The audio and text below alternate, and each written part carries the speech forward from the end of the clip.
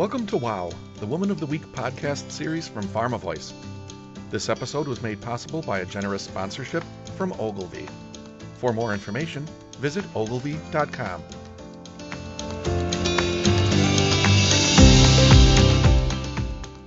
In this episode, Taryn Grome, editor-in-chief of PharmaVOICE magazine, meets with Kimberly Haugstad, CEO, Global Genes.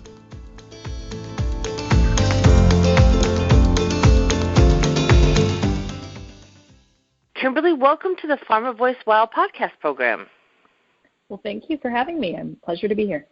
I saw you recently at the annual Global Genes conference out in San Diego. I thought you did a fabulous job, and I want to say congratulations on your recent appointment as CEO of Global Genes. Oh, well, thank you so much. It's been a whirlwind, but I am absolutely loving it. So let's talk about your whirlwind. You've been in the job just about 2 months. What has been your biggest aha moment so far?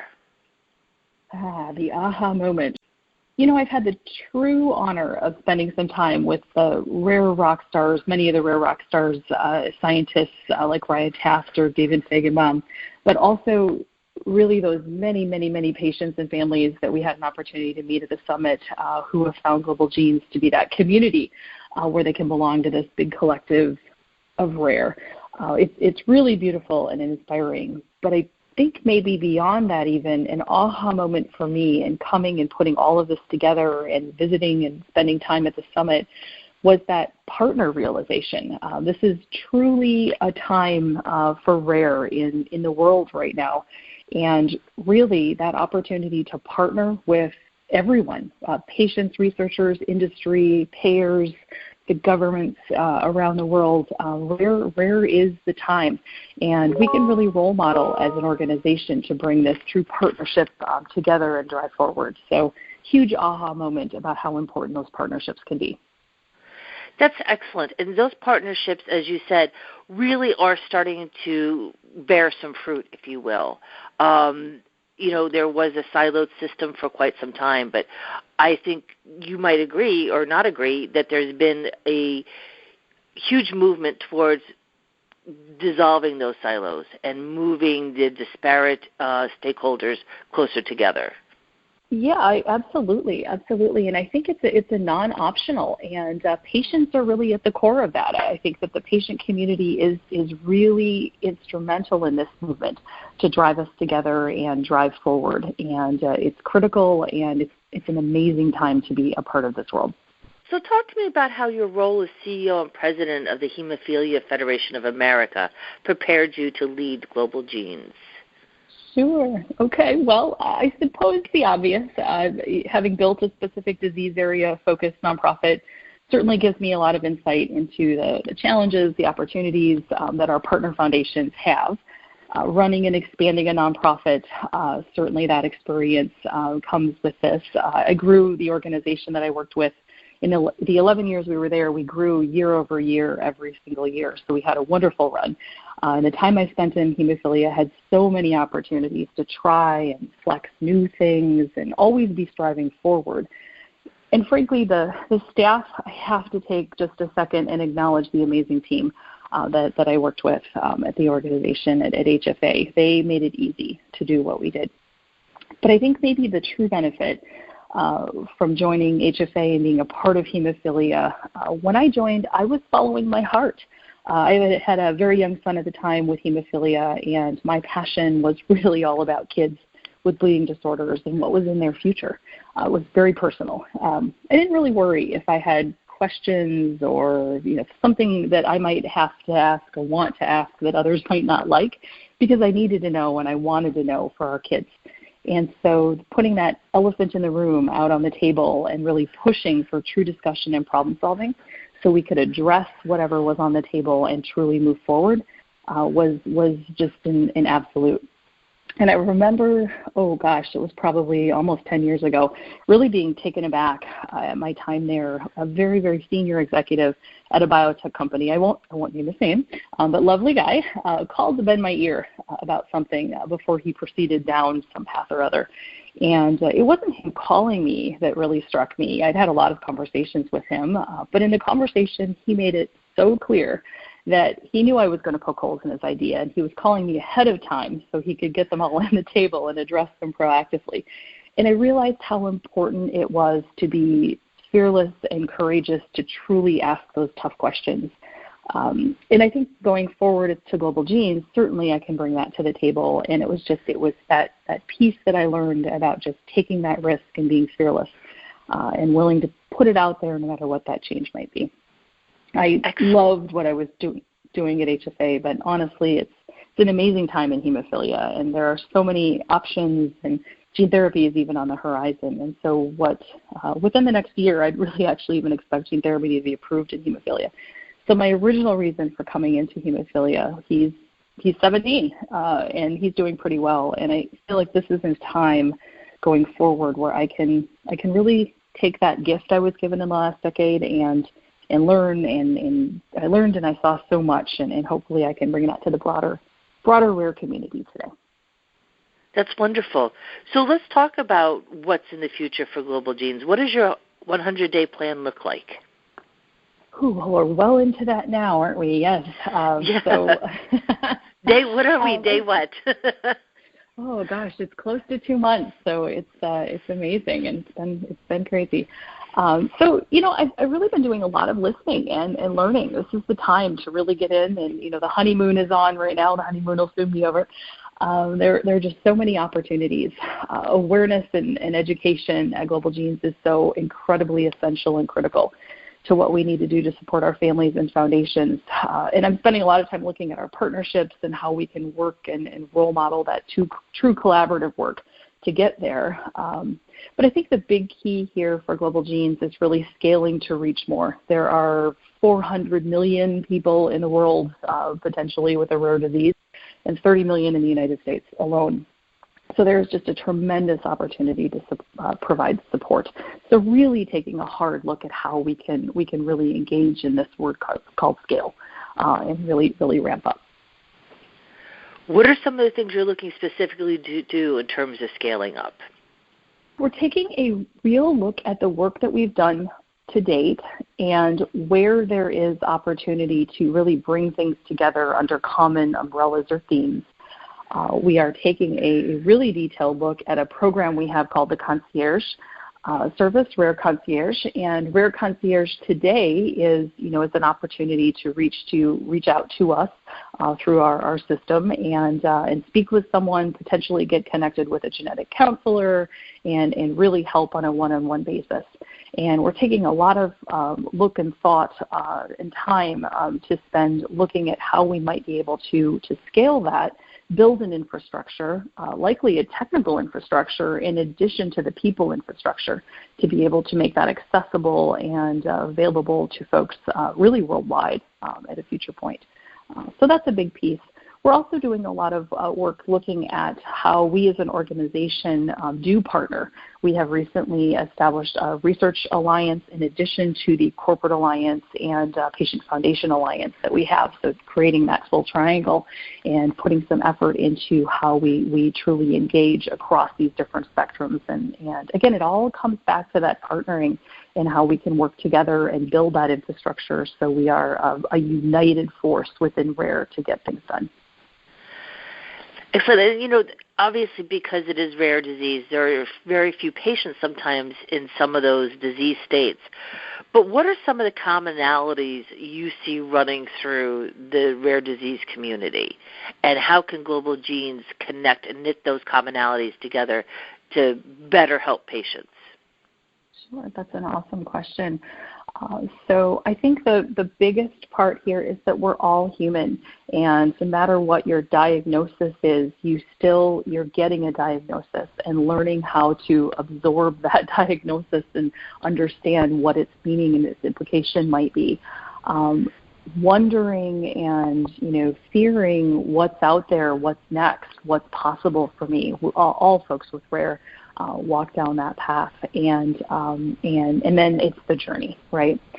So the reality is we're all coming together as humans with rare disease, and it is a tremendous opportunity and honor and privilege for us at Global Genes to be able to help along that path, to address along that journey and along your lifespan as a newly diagnosed family with a baby in their arms, through taking that individual. Maybe that baby is going to school now, and how do you transition? Maybe that baby is now a teenager and you're transitioning, and maybe in college again as a young adult transitioning, and how are you as a young adult with a rare disease coping and dealing and managing with your situation and forward. So I think the reality is we're all human, and so our responsibility is to help along that whole continuum.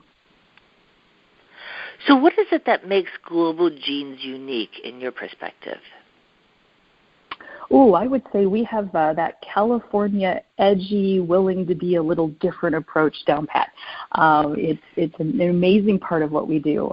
We're not operating inside the Beltway of Washington, D.C. We are just really flexible, really open, and it is incredibly beautiful being a little bit different and a little edgy, to match that with being incredibly approachable and accessible. And what we do amazingly well is we do welcome people, I guess, into the fold, so to speak. We work really, really hard to do that. And we believe, I think, inherently no one with a rare disease should be alone. And so we want to be here and be approachable. We also really look at wanting to say yes. So it isn't about, no, that's not what we do, or we've never done that before. But as an organization, culturally, we're always looking at this opportunity to look at the forward path. It might not always be a yes right now, but I think we're always looking ahead to what's coming next. In fact, we did the next report. Actually, the irony of our next report, which is a report that it's the first of its kind, comprehensive report looking at over 50 different players in the rare disease field. And this next report that we published just this fall really, really takes a look at patients as drivers in this whole process of rare disease. But next in itself, the irony as our organization looked forward is we were doing the next report initially because we were looking back at the first 10 years of Global Genes. But inherently, because of who we are, we couldn't just do a look back. We had to look at what was coming forward and ended up calling the publication next.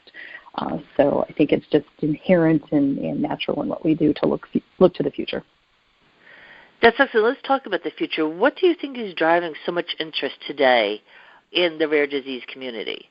There are a lot more players than there ever have been before. Yeah, isn't it wonderful? Fantastic. Yes, it's exciting. So I think it's a merging of multiple things. Certainly, the science is progressing and continues to move forward. We have also an emergence of new technology with gene sequencing and other tools. We're able to look so much deeper into ourselves, and from an identification and diagnosis standpoint, it's accessible. And I think there's just tremendous opportunity as a planet, as we're a shrinking community in a planet in the sense that we're all connected more and more. There's more opportunity for us to connect as rare disease, even those individual diseases that have 2, 4, 6, 10, or 20 people on the planet. We're now able to find those individuals and really come collectively together, apply the science, apply the technology, and it's I guess a bit of a secret sauce in how we're able to really drive forward today. You're right. There's a ton of interest, and we welcome it. It's an amazing opportunity to provide really great opportunities for our families. Somebody at the conference said, and I'm paraphrasing here, that with the cost of genome sequencing coming down so significantly, that it could potentially be possible to do real-time drug development for rare disease patients. Do you see this as a possibility? I wouldn't shut anything down as a possibility. Absolutely not. And yeah, we're seeing where sequencing used to take months and months can now be done in a few days. Rady's Hospital in California actually is doing sequencing at the pediatric level and in turning things around incredibly quickly and truly saving lives because of it. So it's a very, very powerful time. Kimberly, what is it about the non-profit sector that excites you? You're now working in 2 large organizations that really take a different approach to partnerships, et cetera. So what is it about the nonprofit sector that drew you in? That's such an interesting question.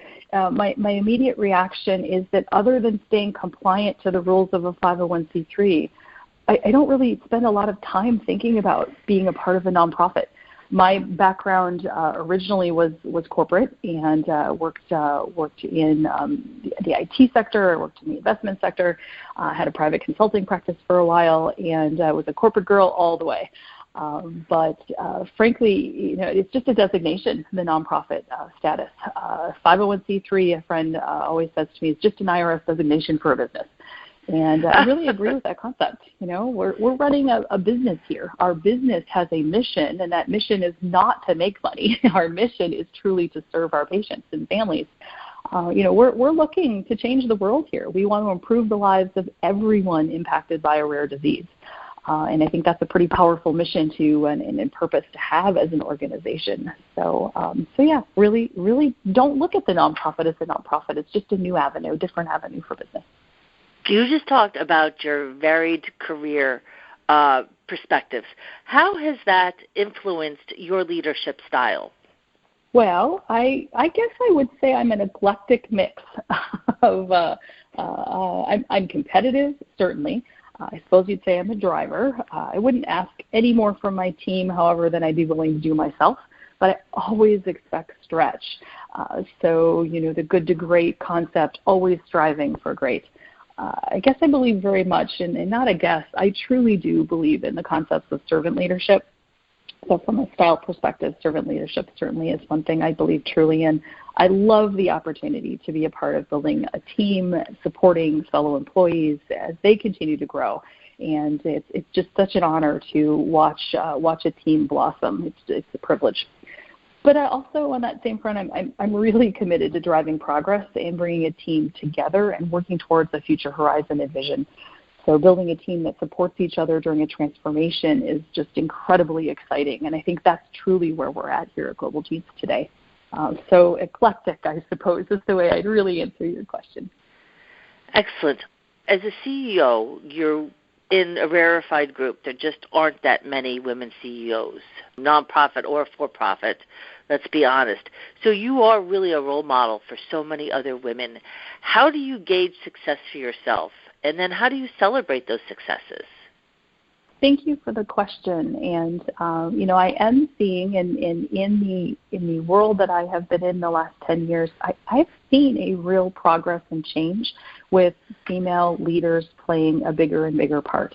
Maybe not always the CEO yet, but definitely entering that senior level of management. And I'm really proud of that. And it maybe speaks to the fact that I'm not a new kid on the block anymore, that when I've seen some individuals who have grown in their career while I've been in this industry, I feel really good about that and personally celebrate that. From a gauging success for myself, I don't know that I probably am a terrible role model at this. I love the team success. So really, really celebrating and appreciating and watching those relationships grow gives me just deep satisfaction in seeing and truly seeing that happen. Celebrating is for me it's the good to great path. So I guess small celebrations and really recognizing a team success is so much more important to me than acknowledging maybe my own. Very good. If you had to look back, wind up that Wayback Machine, is there a piece of advice you would give to your younger self, something you know now that you wish you knew then? So the piece of advice that I think that I would give myself if I could do it all over again is to be planful, but truly take even more risk and push the envelope. Remind myself or just really offer that you only get this time once and make it meaningful. Wonderful. Can you identify for me one wow moment of your career, something that maybe impacted you so significantly that it stays with you or that changed the trajectory of your career? I would love to share, and there are examples floating around in my head right now that I just have to pull one out, and I think I could talk about getting our materials into the Smithsonian with the Hemophilia Federation or some other big achievements. But there's one that was really incredible, and it was a tiny moment in time, and it was an interaction with an individual named Rodney. And Rodney was a person living with hemophilia. And I was at a meeting, a national meeting here in the U.S., and had attended, I think I was presenting earlier in the day and attended a session, I was at the meeting, and the session that was presenting was talking about just really taking a moment. It was a self-care kind of session. It was kind of fun to be a part, and it was speaking to writing down on a card, who's really impacted you and what that impact was, and whatnot, and it was very sweet. And I didn't think a lot about it. I think I had another session I was presenting later in the day and moved forward.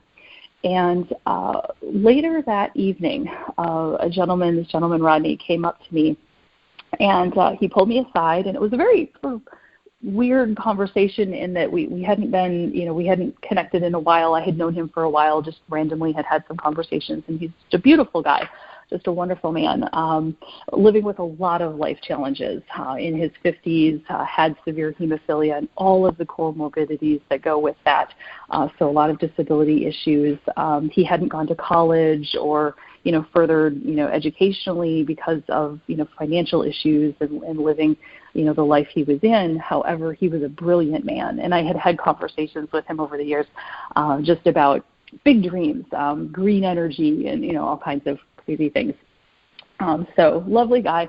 And he walks up to me, and I was talking with someone else, and he waited patiently and respectfully for that conversation to happen. And then he stopped in, and he handed me this little piece of paper, and he said, "I just wanted to give you this." And then he turned and walked away. And I thought, well, that was different, but okay, he's a sweet man. What is this? And I opened up the note, and it was a note. It said something along the lines of, "Thank you so much. You've listened to me and you've cared about who I am." And that was it. Oh. It was beautiful. I know. It was so beautiful.